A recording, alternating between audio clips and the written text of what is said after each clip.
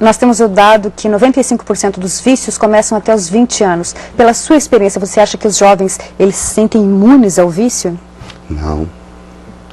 A tendência hoje é a violência, a velocidade, né, de hoje as drogas estarem deteriorando o dependente é com mais velocidade. Há 10 anos atrás, 20 anos atrás, a sociedade, quando descobria que um dependente estava usando droga, olha, o drogado, o bandido, né? Hoje já está mais à vista de todos, né? Então, num pouco período de tempo, a pessoa já demonstra fisicamente, mentalmente, psicologicamente, né, dentro da sociedade, que ela já apresenta problemas.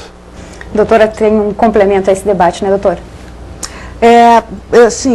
Essa coisa do uma vez viciado, sempre viciado, eu entendi o que o colega lá falou. A gente tem que olhar sobre um outro ponto de vista, né? Quer dizer, dependência química é uma doença crônica, com tendência a recaídas.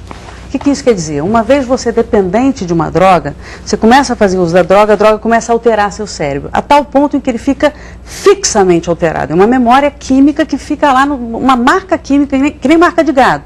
Você está lá, e fica com uma vulnerabilidade muito grande a ter recaídas. Então, eu vejo no consultório isso diariamente. Assim, os pacientes já estão bem, conseguem não ter mais desejo de usar droga, de repente vem o desejo.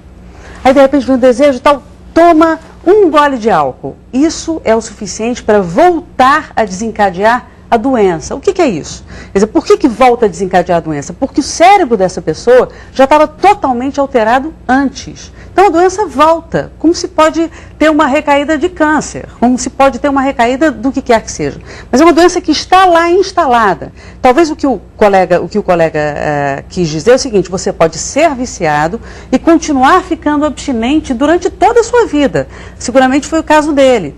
Mas você tem uma predisposição à recaída para a vida inteira. É uma doença crônica e você tem que estar atento a ela por toda a vida. Agora, doutora, no momento de buscar ajuda, eu estava lendo umas reportagens sobre vício e tem um rapaz que falou que ele fumava, depois ele bebia uma garrafa de vinho por dia, logo mudou para uma garrafa de cachaça e ele foi indo numa crescente até que ele se deu conta de que ele poderia morrer. Aí ele resolveu procurar ajuda. Agora, muitos jovens, adolescentes, eles bebem, fumam e se drogam sem essa perspectiva. Parece que quando a pessoa é muito nova, tem a vida inteira pela frente, não tem esse peso de eu posso morrer. Quer dizer, isso não faz diferença para o adolescente que é viciado, ele não tem essa noção de que pode morrer? A pergunta é ótima. A verdade é que, assim, essa mistura droga com adolescência é uma bomba atômica. E eu vou dizer por quê. O adolescente, ele é mais impulsivo, ele não tem uma região do cérebro chamada córtex pré-frontal, que não está desenvolvida ainda, que é a região que é o controle decisório da gente, que faz a gente pensar, devo ou não devo fazer essa coisa. O adolescente é mais impulsivo, ele não está totalmente desenvolvido ainda. A droga torna o adolescente mais impulsivo ainda. Então, assim, ele mede menos as consequências de usar droga e quando ele usa droga, ele fica menos consequente ainda. Então, é uma mistura explosiva. O que você puder fazer para evitar que seu filho use droga precocemente, faça. E, assim, a coisa mais importante que eu posso dizer para os pais, para fazer com que os filhos não usem droga precocemente não beba na frente deles, ou evite beber na frente deles, e não deixe eles beberem essa coisa de festinha de 15 anos que o menino bebe na festa, que é absolutamente disseminada no Brasil inteiro. Não se deve ter isso de jeito nenhum. Isso facilita o uso de drogas a posteriori e é uma bomba atômica. Isso é que faz com que esses jovens morram em acidentes de carro precocemente. Eles não têm noção do que eles estão fazendo. Bom, Rogério, a gente está abrindo espaço agora, os nossos assinantes já mandaram perguntas, já deram a opinião no g1.com.br, o espaço continua aberto também na internet para você continuar mandando as perguntas. E a primeira, Rogério, queria saber se você concorda. Ana Maria Alves, é preciso conscientizar e reeducar os pais, muitos deles permissivos e codependentes. Quando o doente volta para casa, ele precisa encontrar um ambiente saudável. Você concorda com isso? Acho que é isso mesmo. Queria saber do seu caso, quando você voltou para casa. Essa pergunta é interessante, porque assim, a família muitas vezes procura o recurso do tratamento, mas deixa o problema e quer que a clínica devolve o dependente curado.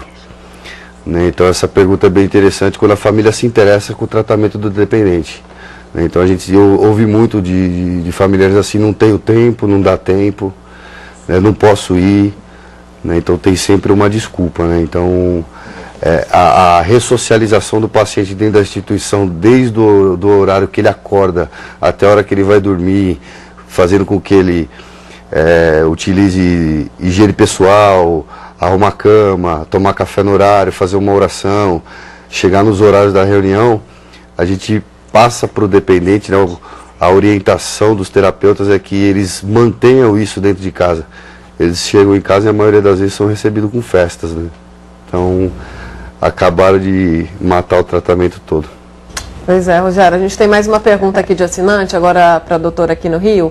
O apoio da família é fundamental, como disse aí o Rogério, entretanto, o mais importante é a prevenção. O que mais me amedronta é criar minhas 3 filhas para que estejam preparadas para dizer não quando a oferta for feita. É o Sérgio Silva, realmente é uma grande preocupação, porque a oferta é muito grande, né, doutora? Exatamente, com certeza. Eu costumo dizer, primeiro a coisa de preparar para dizer não é você também valorizar as escolhas do seu filho, né? Assim, ele diz, eu quero isso, valoriza as escolhas do seu filho, mas também converse com eles. Converse, quer ver um exemplo, assim, muito importante para prevenir o uso de drogas? Anúncio de cerveja, que eu acho um absurdo ainda ter anúncio de bebida na televisão, propaganda de bebida. Propaganda de bebida, você está vendo junto do seu filho. O que se leva na propaganda de bebida é que é divertido, gostoso, refresca pensamento, desce redondo, o que quer que seja. Você pode dizer para o seu filho, olha, você vê, é engraçado, divertido, mas você sabe que as pessoas, elas morrem disso, faz mal também, sem muito terrorismo, mas assim também conscientizando seus filhos desse tipo de coisa. Eu acho que a prevenção também nas escolas é muito importante. E o que eu posso dizer para o pai, para qualquer pai, é uma frase do Piaget. Dar exemplo não é a melhor maneira de educar, é a única. Muito boa. Mais 2 perguntas e também comentários para você, Rogério, dos nossos assinantes. Muitas vezes é preciso intervir, já que a pessoa viciada não tem condições de decidir parar sozinha. Esta é a Márcia. E a outra é tratamento para o vício da maconha. Cíntia, Luna, Belém do Pará, são 2 questões muito importantes. Primeiro, o seu exemplo, Rogério, que você foi internado, você não queria ir para o tratamento, então a primeira opinião se refere mais a isso, a primeira pergunta, e a segunda é que muita gente realmente acha que maconha é uma droga leve, então não precisa buscar tratamento, e que não vicia, tem vários mitos em relação à maconha, né? Queria saber também a sua opinião sobre isso e como você conduz a clínica em relação a esses 2 aspectos. Na verdade, a maconha hoje, a sociedade ela minimiza, né? Então, até a doutora disse dos danos cerebrais, a maconha é a pior, junto com o álcool, com o cigarro, ela é a pior. É a porta de entrada, né? Porque a predisposição orgânica, né? Como a doutora estava dizendo, ela é crônica, ela é progressiva e incurável, né? Então, a pessoa minimiza o problema da maconha, só umzinho, né? Vou fumar só umzinho.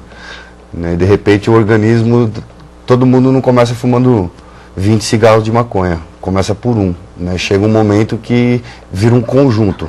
Maconha, álcool, maconha, cocaína, maconha, crack e até a degradação total. Né?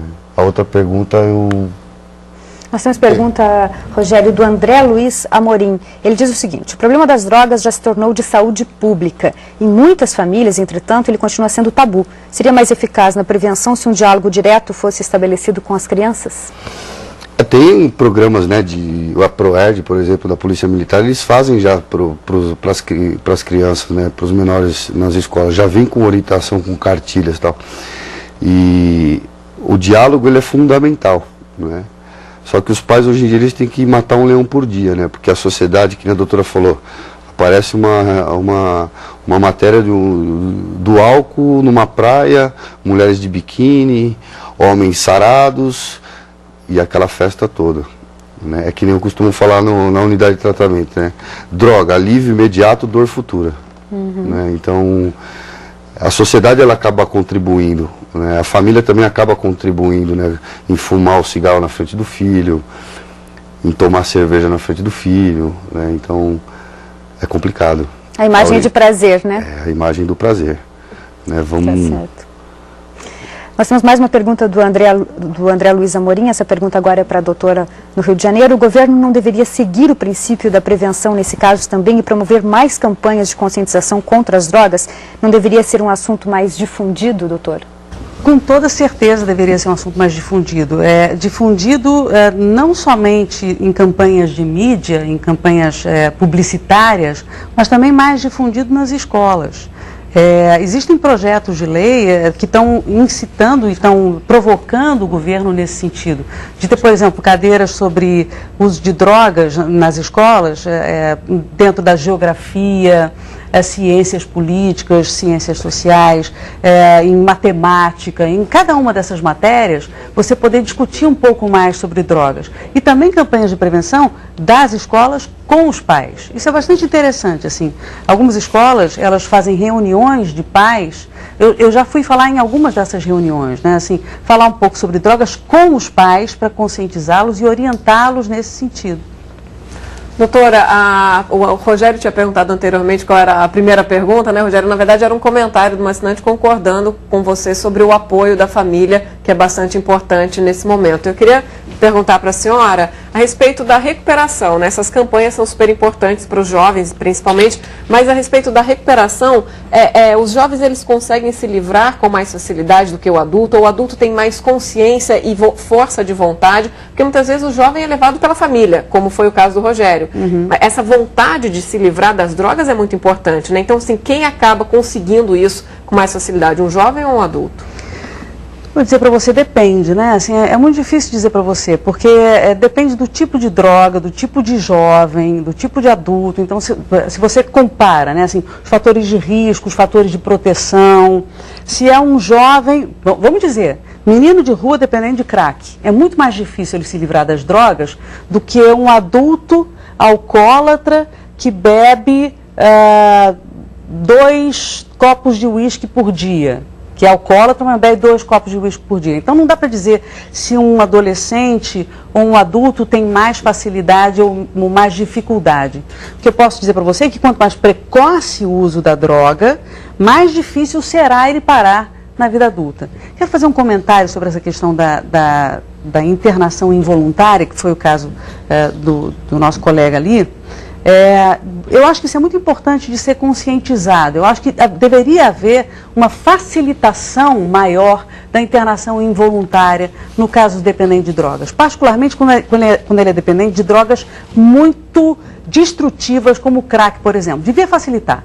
Tem uma burocracia jurídica muito grande para que você interne uma pessoa involuntariamente. Eu vou dizer para você, assim, no caso da Amy Winehouse, por exemplo, ela fez essa música Rehab, que é uma música, uma ode contra a internação para dependentes de droga. Talvez se ali, antes de escrever aquela música, ela realmente fosse internada, talvez a vida dela pudesse ter sido diferente.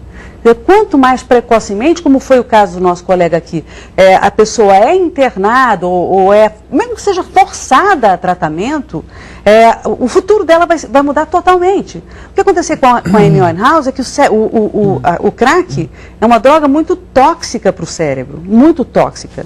Assim, ela chegou num ponto que ela não tinha mais cérebro para decidir, entendeu? Não tinha mais capacidade decisória. E aí fica muito mais difícil.